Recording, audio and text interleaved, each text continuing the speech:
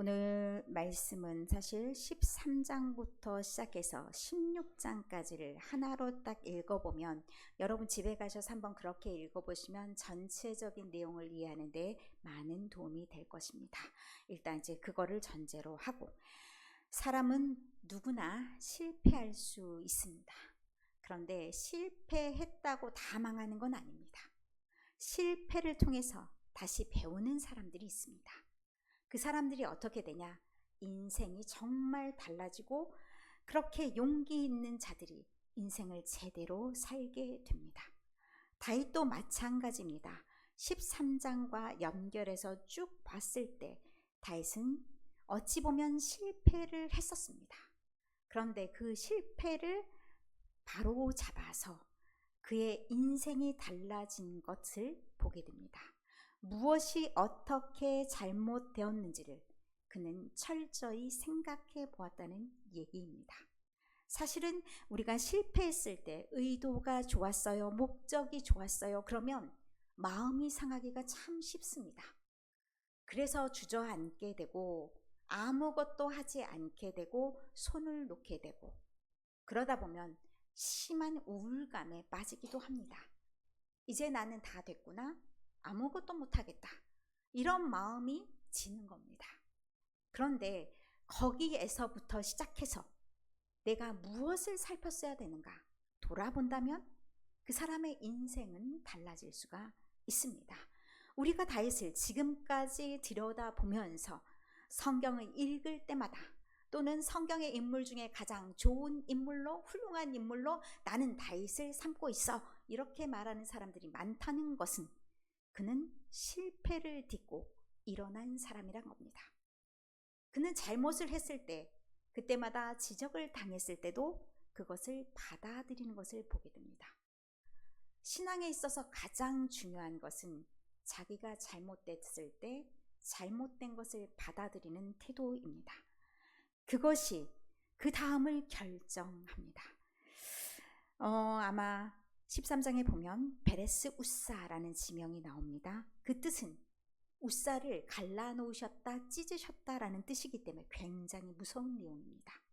왜 하나님은 우리가 이렇게 다 같이 모여서 아름다운 일들을 하려고 했는데 우리 앞에서 이 처참한 광경을 보이셨는가? 이런 질문을 하게 되는 거죠. 그런데 그 질문을 던졌을 때 해답을 찾으려는 노력이 있느냐 없느냐 굉장히 중요합니다. 민수기 4장 15절의 말씀을 보겠습니다. 이들에게 명령하셨던 말씀이 있습니다. 언약궤를 어떻게 다뤄야 되는지를 말씀하셨습니다. 아무나 손을 대서는 안 됩니다. 고핫 자손들에 대한 이야기가 나옵니다. 여러분이 오늘 읽으신 본문 중에 5절부터 11절의 말씀이 누구에 주로 집중되어 있느냐? 고핫 자손에 주로 집중되어 있습니다. 고핫 자손의 족장들, 그들에게 집중되어 있는 이유가 있겠죠. 민수기 4장 15절에 분명히 말씀합니다. 고핫 자손들이 어떻게 하라? 매라라고 말씀합니다. 그러면 그 명령대로 하지 않으면 어떤 일이 일어나냐? 죽을 수 있다, 죽는다라는 경고를 이미 때리셨습니다. 그런데 그 말씀을 잘 못 알아듣거나 아니면 그 말씀을 덮었어. 사실은 우리가 주님의 말씀을 주일날 예배 시간에만 딱 열고 나머진 덮어있는 경우가 참 많습니다. 그럼 어떻게 해요? 주님 말씀이 뭐가 있는지 잘 몰라. 민수기에 분명히 그런 말씀이 있는데 하나님의 말씀을 들려줬는데 기억을 못해. 들은 적이 없어. 그럼 두 가지가 있죠. 평상시에는 말씀을 절대 들여다보지 않는다. 예배도 참석을 덜한다. 두 가지가 다 있을 수 있습니다. 내가 듣고 싶은 말만 들어. 나이가 들수록 참 그렇게 되더라고요. 삼가 조심해야 되는 말이 똑같이 앉아있고 똑같은 말을 했는데 이 말만 들었네? 우리가 삼자대면해야 될 때가 종종 있어요. 그런 일들이 왜 일어나냐? 사실은 알고 있고 잘 들리는 말이 따로 정해져 있어요. 가장 많이 들어본 말이기 때문이에요. 그래서 우리가 어떤 노력을 해야 되냐? 좀 잘 모르겠는데 이래도 성경을 조금 더 들여다보는 노력이 필요합니다. 자, 민수기에 이런 말씀들이 있었습니다. 그런데 다윗이 13장에 보면 어떻게 언약궤를 맸다고 나오냐? 매지 않았어요. 블레셋 사람들이 하는 것과 똑같이 수레를 이용합니다. 수레에 태워서 그것을 소를 끌게 하니 문제가 나타난 겁니다. 왜요? 소도 이런 거 경험이 별로 없어. 그러니 날뛰게 되고 이 상황이 또 익숙하지 않아? 또 잡으려 하는 거고, 그러다 보니 이런 큰 일이 일어났습니다. 원래 이렇게 언약궤를 가져오려고 했던 목적을 잊어버린 것 아닌가 싶을 만큼 굉장히 이상한 상황입니다. 13장의 말씀에 왜 이 언약궤를 메어 오려고 하는지 다윗의 입을 빌어 우리가 볼 수가 있습니다. 뭐라고 얘기하냐? 사울 때는 하나님의 교회 앞에서 묻지를 않았다. 그러면 사울의 결정은 다 지멋대로였다, 자기 맘대로였다, 이걸 말하고 있는 겁니다. 궤를 가져오라는 것은 우리는 그러지 말자, 우리는 하나님의 방식대로 좀 살아야 되지 않겠느냐, 이런 목적으로 궤를 가져왔습니다. 목적 굉장히 훌륭하지 않습니까? 그런데 뭐가 잘못됐습니까? 어떻게 움직이고 누가 매야 될지 정작 물어야 될 것에 묻지를 않았습니다. 완전히 빠져버렸다는 얘기입니다. 무엇이요? 목적에만 치우쳤습니다. 방법이 나오지 않습니다. 그러면 이 과정 중에서 그들이 놓친 부분이 있다는 겁니다. 그런데 이 사무엘하 5, 6장하고도 이 본문이 평행 본문입니다. 비슷하게 볼 수가 있는데 순서가 다르고 역대기에는 예배와 가져오는 과정에 대해서 굉장히 15, 16장까지 차지할 만큼 깁니다. 14장은 왜 들어갔을까? 14장은 아무 이유가 없는 것 같은데 구체적인 예가 아무것도 드러나지 않습니다. 그런데 그 과정을 통해서 우리가 짐작할 수 있는 것은 이 과정에서 하나님과의 관계가 다윗이 명확해졌구나. 다윗이 자기가 누구인지를 알았고 어떻게 무엇으로 나아가야 되는지를 철저히 깨달았구나. 이것을 점검할 수 있게 합니다. 우리가 봐야 될 말씀 14장 2절. 다윗이 여호와께서 자기를 이스라엘 왕으로 삼으신 줄을 깨달았다 얘기합니다. 그전에는 왕으로 세우신 줄을 몰랐나요? 아닙니다. 왕으로 세우셨다는 것은 왕으로서 자기가 무엇을 해야 될지 깨달았다라는 그런 의미입니다. 내가 대장이니까 내 마음대로가 아닙니다. 이스라엘의 왕입니다. 이스라엘의 왕은 다른 왕들과 다릅니다. 어떻게 다른가? 이스라엘을 다스리는 분은 진짜 왕은 누구십니까? 하나님. 누구를 통해서 다스립니까? 다윗을 통해서. 그럼 다윗이 하나님 앞에 관계가 명확해야 됩니다. 내 뜻으로 내 마음대로 하면 됩니까? 안 됩니다. 내 뜻이 아닌 하나님의 뜻으로 나가야 된다라는 것을 이제 자각했다는 얘기입니다. 이런 상황을 딱 맞닥뜨리고 보니 내가 왕이라고 혹시 자만했던 건 아닌가 생각할 수 있다는 겁니다. 나는 이스라엘의 왕입니다. 이스라엘은 하나님이 다스리는 그런 곳입니다. 그러면 나는 하나님의 다스리심을 받고 하나님이 하라는 대로 하는 그런 왕이라는 얘기입니다. 첫 번째 굉장히 중요한 자각입니다. 두 번째, 그는 한 가지를 더 확실하게 느끼게 됩니다. 제가 14장 2절을 너무 좋아했나 봐요. 2번이나 적었네요. 하나님의 방식에 대해서 생각할 수 있는 체험을 하게 됩니다. 14장 10절과 14절을 하나님께 묻습니다. 하나님, 제가 블레셋 사람들을 치러 가는 것이 맞습니까? 예전 같으면 어떻게 했을까요? 갔겠죠. 목적이 정당한데 하나님의 백성을 치러 오는데 나는 왕이야. 그럼 나는 가야 되는 게 맞습니다. 그러나 그보다 먼저 무엇을 묻습니까? 하나님의 뜻을 묻습니다. 하나님, 제가 블레셋 사람들을 치러 가는 게 맞나요? 먼저 묻습니다. 물으면 어떻게 합니까? 하나님께서 답하십니다. 그 답대로 행하겠다. 완전 마음가짐이 달라집니다. 두 번째 14장 14절. 다윗이 이번에도 묻습니다. 하나님, 이번에 마주 올라가지 말고 이번에도 다시 이제 블레셋 사람들이 오니까 물어보며 하나님이 대답하십니다. 방법을 알려주십니다. 전략을 들려주신다는 말씀입니다.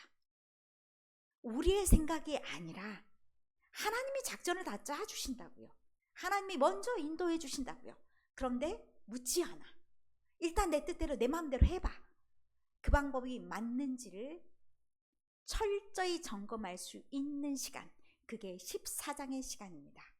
그 시간을 거친 다음에서야 변합니다. 변화가 있습니다. 그리고 다시 이제 하나님께 다시 언약궤를 메러 나아갑니다. 온 백성들을 다 모으죠. 레위 사람들도 다 모읍니다. 그리고 말할 때 2절에 보면 레위 사람 외에는 궤를 맬 수가 없어. 명확하게 합니다. 궤를 맨다, 레위 사람이 맨다, 명확하게 그 의미를 알려줍니다. 그런데 이게 여기에서 가장 중요하게 생각해 봐야 될 세 가지 낱말이 있습니다. 첫 번째, 제가 히브리어를 자랑하려고 하는 게 아니라요. 원래 카미슈파트라는 의미가 두레대로라고 우리에게 번역이 되어 있는데 원래는 하나님의 공의라는 것, 지난번에도 한번 나왔을 겁니다. 공의대로. 그런데 이거는 구체적인 이라는 의미가 조금 더 가미되었다 해서 두레대로라고 번역을 했습니다. 이건 하나님의 방식이 따로 있는데 그 하나님의 방식을 따랐다, 이런 것이 13절입니다. 가장 중요하게 여겨야 될 것이 무엇인지를 먼저 언급합니다. 자, 사람들도 다 모았어. 그러면 그 사람들을 모았으니까 이제 하나님의 백성이니까 우리 앞에 하나님이 알아서 하시겠지, 이것이 아니라 먼저 무엇을 본다고요? 하나님의 말씀. 하나님의 말씀, 하나님의 방법이 무엇인지를 먼저 살핀다는 겁니다. 그래서 먼저 하나님의 말씀, 하나님의 방식을 묻는 것, 그것이 첫 번째입니다. 가장 눈여겨보아야 될 말씀이 15장 13절이라는 겁니다. 두 번째, 히트카데슈라는 단어가 나옵니다. 이게 히브리어에는 우리랑 다르게 동작을 나타내는 말이 굉장히 다양합니다. 그래서 조금 이제 그 원어 그대로를 말하면 히트파엘형이라는 동사형이 있습니다. 그래서 이거는 스스로 무엇을 하다라는 의미가 있습니다. 몸을 성결하게 하는데 자기 스스로를, 자기 자신이 깨끗하게 하는 겁니다. 누가 시켜서가 아니라 이제 우리가 하나님의 백성으로서 깨끗함을 입어야 되는데 남들이 해주는 게 아니야. 내 스스로가 하나님 앞에 청결하게 그리고 깨끗하게 나아가야 된다는 각오를 가지고 있다는 겁니다. 누가요? 레위 사람들이. 특별히 하나님의 그 궤를 매는 모든 사람들이 자기를 다스렸다는 얘기입니다. 자기를 거룩하게 했다는 얘기입니다. 다른 사람과 자신을 차별했다는 의미이기도 합니다. 우리가 하나님의 일을 맡는 사람들 누구에게나 필요한 게 뭐냐? 거룩함입니다. 그냥 몸을 깨끗하게 했다는 이런 의미로 받아들이면 안 되고요. 몸과 마음이 사뭇 달랐다는 의미입니다. 내가 이 일을 할 때 내 능력으로 내가 할 줄 아니까 하는 그런 것이 아니라는 얘기입니다. 하나님께서 나에게 맡겨주셨으니 이 일을 내가 감당하는데 몸과 마음도 딱 다른 사람들이 보기에도 벌써 달라. 그렇게 성결하게 거룩하게 되는 것이 필요하다는 것이 두 번째입니다. 세 번째 말씀이 13절에 같이 들어가 있습니다. 전에 너희가 매지 아니하였으므로. 이 매다라는 말이 그냥 어깨에 짊어지다 라는 의미도 있습니다.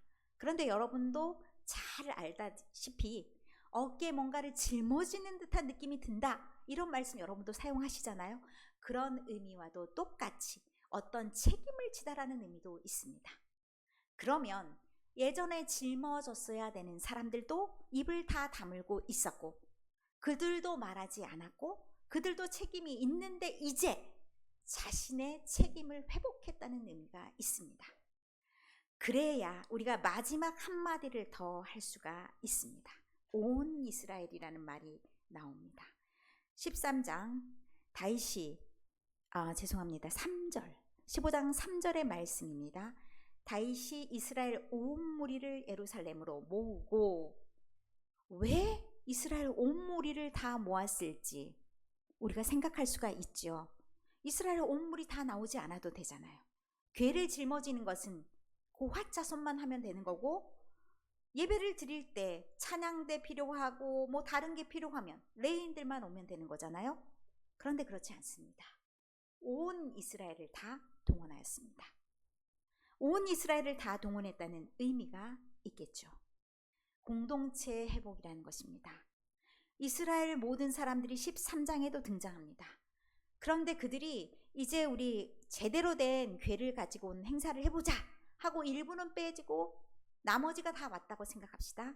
중요한 일만 맡은 사람들만 왔다고 생각합시다. 그러면 그 분위기가 바뀌지 않습니다. 교회 일은 책임 맡은 사람만 하는 것이 아니고 능력이 있는 사람만 하는 것이 아닙니다. 그 짐은 골고루 나눠줘야 되는 것이 가장 중요합니다. 그래야 무엇이 되냐? 모든 공동체, 모든 소속되어 있는 사람들이 바뀌게 되는 겁니다. 우리가 참여해야 될 부분이 있으면 참여해야 되는 거고, 그리고 고쳐나가야 될 부분이 있으면 고쳐나가야 되고, 그 일에 참여하지 않는 사람이랄지라도 눈으로 보고 익혀야 됩니다. 바로 이것이 하나님의 방법이라는 것을 알아야 됩니다. 그래야 어떻게 되냐? 전체가 회복될 수 있는 길이 되는 겁니다. 우리 교회가 제가 백날 분위기가 바뀌고 있어요 라고 말하면 뭐합니까? 이것은 같이 호흡하지 않으면 느껴지지가 않습니다. 저는 전화를 받습니다. 사람들의 이야기를 듣습니다. 그렇기 때문에 최전선에서 그 모든 것들을 다 받아들이고 있습니다. 하나님께서 지금 우리를 고쳐가고 계시는구나. 우리 공동체를 다시 회복시키고 계시구나. 느끼고 기도합니다.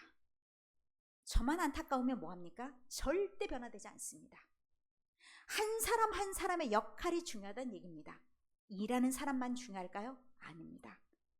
내가 지금 그 역할을 하지 못한다 할지라도 같이 동역하는 자세가 필요하다는 얘기입니다. 그래서 역대기를 보면 온 이스라엘이라는 걸 굉장히 강조합니다. 어느 한 사람도 빠지지 않아야 된다는 얘기입니다. 그것은 예배의 자세부터 시작해서 기도하는 곳에 등장하는 것부터 시작해서 곳곳에 하나하나가 다 바뀌어야 된다는 얘기입니다. 준비하고 외부에서 들어와요. 그러나 그 사람들이 정착하여 같이 신앙생활을 할지 안 할지는 우리 안에 결정이 돼야 되는 겁니다. 그렇기 때문에 저는 그것까지도 기도를 합니다. 우리가 변화되지 않았는데 40, 50대가 들어와요. 신앙생활을 같이 해요? 못합니다. 왜요? 우리랑 너무 달라. 그들의 방식이 세세한 차이가 있다 할지라도 그것이 크게 하나님의 뜻에 어긋나지 않으면 우리는 양보해야 될 의무가 있습니다. 그래야 어떻게 되냐? 하나로 굴러갈 수 있습니다. 그래서 제 기도 제목이 뭐냐? 한꺼번에 다 주십시오라고 기도합니다. 우리 지금 모여 기도하는 예배하는 인원과 오는 인원이 거의 비슷하면 그냥 그 사람들이 어중이 떠중이 같은 느낌이 들지 않습니다. 그냥 한꺼번에 태풍이 몰아치듯 다 휘몰아치는 것. 대신 기도를 빡세게 하지 않으면 그 흐름을 잡지 못합니다. 그런데 제가 되게 안타까운 게 그 흐름이 아직 이어지지가 않고 있습니다.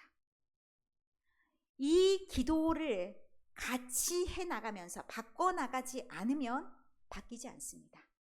제가 그래서 외부에 있는 저를 아는 사람들에게도 중보기도를 요청합니다.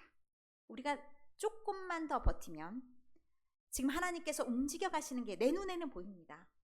지금은 태풍이 한가운데 있는 것 같지만 그래야 바뀌는 거 아닙니까? 지금 암부터 싹쓸이 하면서 하나님께서 바꿔가라고 요구하시는데 바뀌지 않으면 흐름을 탈 수가 없습니다. 그러니 같이 기도해 주십시오. 이 문제를 가지고 같이 기도해 주십시오. 그래야 그 기도로 인하여 우리 교회가 변하고 그리고 바뀔 수 있고 우리가 부흥할 수 있을 것 같습니다. 우리가 뿌리가 튼튼해야 다 같이 일어설 수 있으니까 기도해달라는 요청을 합니다. 우리 시차례 목사님들이 그런 얘기 하시더라고요. 시간이 좀 걸리니까 나만 중심을 잘 잡으면 된다고 얘기를 하시더라고요. 주변에 있는 교회들이 굉장히 변화를 겪고 있습니다. 제가 한 번 더 말씀을 드렸었죠. 그분들이 4년, 5년 이렇게 되니까 뭘 하지 않았는데 변화가 일어났다. 그런데 성실하셨습니다. 제가 그분들을 압니다. 뭘 하지 않았다는 거 막 밖에 나가서 전도를 막 대대적으로 하지 않았다는 그런 의미입니다. 위치도 조금 애매하기도 해요. 그런데 어쨌든 그분들의 교회가 변화가 일어났습니다. 그러면서 저에게 말합니다. 목사님 버틸 힘이 있으면 돼요. 4년, 5년 하니까 움직임이 있더라고요. 제가 3년 차이지 않습니까? 제 기도 제목이 버틸 힘을 주십시오예요. 그러니 마음이 바뀌더라고요. 사실 저도 굉장히 힘든 시간들이 있었죠. 하나님 나를 여기다 보낸 이유가 뭐예요? 지금 망해가려고 그렇게 하는 건 아니지 않습니까? 하나님 하실 일을 하시겠죠. 그러면 분위기 바꿔주십시오. 이 기도를 제가 2달, 3달 했습니다. 마음이 바뀌더라고요. 하나님이 하고 계시는데 내 눈이 감겨서 못 보고 있는 건 아닌가 라는 생각을 했습니다. 그러면서 여러 가지 조짐들을 다 안고 있구나 생각합니다. 우리가 모두 예배 공동체로서 회복하시기를 하나님이 원하십니다. 각자의 자리에서 내가 할 수 있는 일이 있습니다. 그러면 그 일은 우리가 행해야 되겠죠. 그 일들을 행해 나갈 때 우리 교회가 어떻게 됩니까? 같이 회복이